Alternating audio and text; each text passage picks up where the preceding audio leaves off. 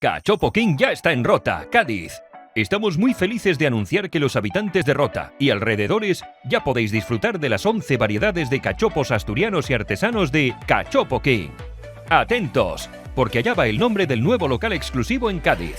Cafetería Cervecería Entre Bares.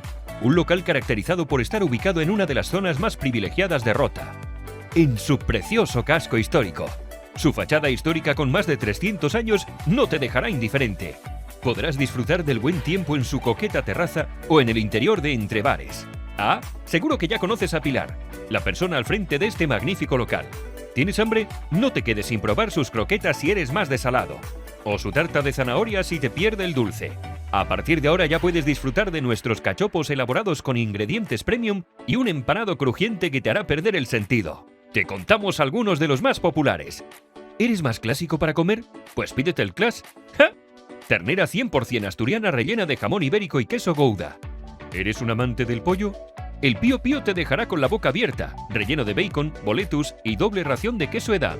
¿Eres de los que siempre va acompañado? Pedid sin duda la tabla trío, con 3 cachopos con diferentes tipos de carne y rellenos con auténtica personalidad.